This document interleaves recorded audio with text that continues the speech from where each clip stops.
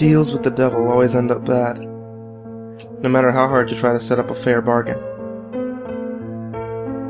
I learned this the hard way, and now I'm a monster.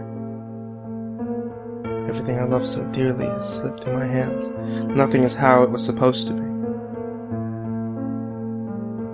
I was supposed to have her. I was supposed to be happy with her. Now she's gone. And all I have left is this stupid piano. No matter how much I hate this stupid piano, I'm compelled to play it for the rest of my goddamn life on this earth.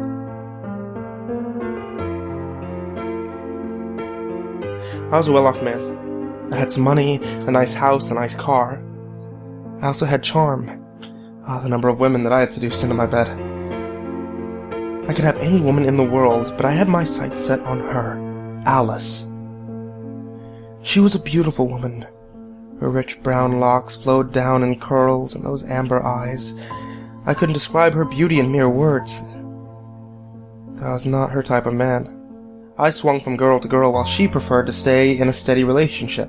I loved a life of beauty. Yet she was content with living in a small urban apartment. I loved club music, while she loved the sound of a classic piano. She didn't know of my existence, and that drew me to her. She was something I couldn't have, and so I wanted her so badly. I decided the best way to get her attention was to learn how to play the piano. I know most people would have just tried talking to her, but something just didn't seem right to me. I wanted her to admire me, idolize me. So I tried. But I ultimately failed. Apparently, I didn't have the hands of a pianist. I had no magical talent at all. I decided to talk to my friends about this, and of course they laughed at me, telling me I was stupid for trying, but I really wanted her, and the only way I could get her was if I knew how to play that damn piano. And then my friend said something that made me think.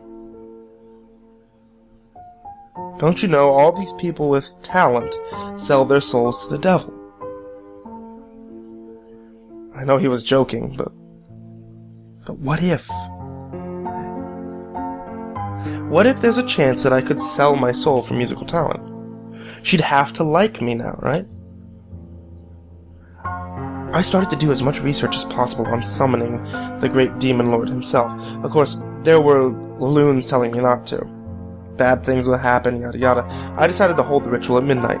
Seemed like a good time, and no one would interrupt me. After the numerous incantations, nothing happened.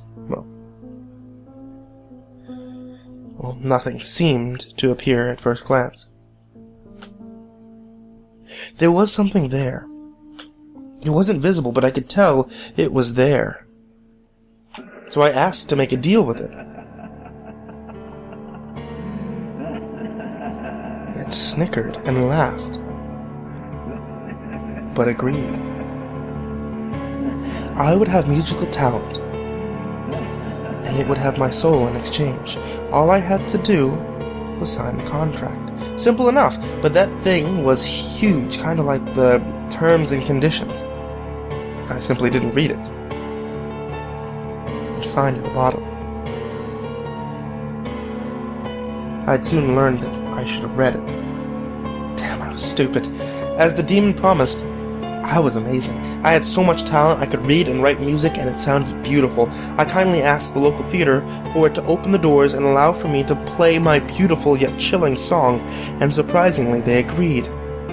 I remember I was so nervous on the night of my performance.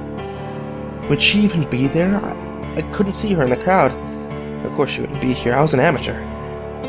I played for hours and hours, but to me it only seemed like a few minutes. I had to admit, it thrilled me to the bones.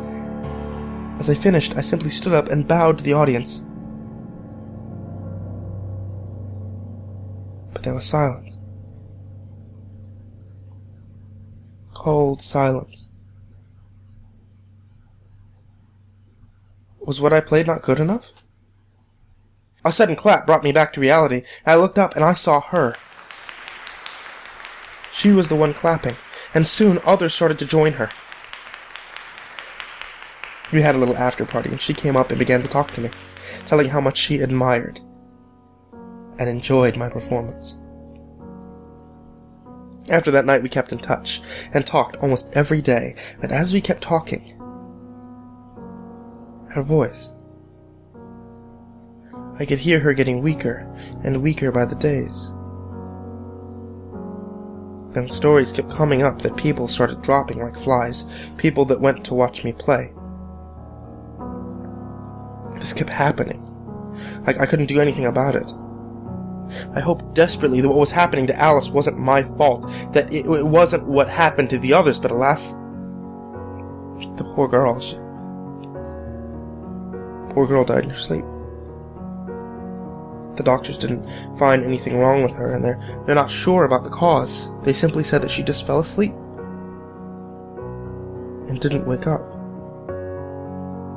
I was devastated. I still am. The one I loved. I finally got her in my grasp. She just disappeared. I decided to confront this damn demon. I'd make him tell me what the hell was going on, so I summoned him. Somebody didn't read the contract fully. The thing just laughed at my misery. But it was right. I didn't read it properly. I didn't read it at all. I asked to see the contract, and it happily obliged. I read the whole thing this time, and that's when I noticed it. I hereby give the client amazing musical talent. But the music that he creates will bring misfortune to all those who listen, including death. I was the cause of her death. It was me. I wanted to stop playing any piano. I didn't want anyone else to suffer under my hands. So if you ever wander around in an empty theater, and you see on stage a lonely pianist sitting at his piano, playing beautiful but chilling music, cover your ears, and calmly walk out. Don't say a word, don't listen to the full song, or you'll end up like the rest of them. Dead.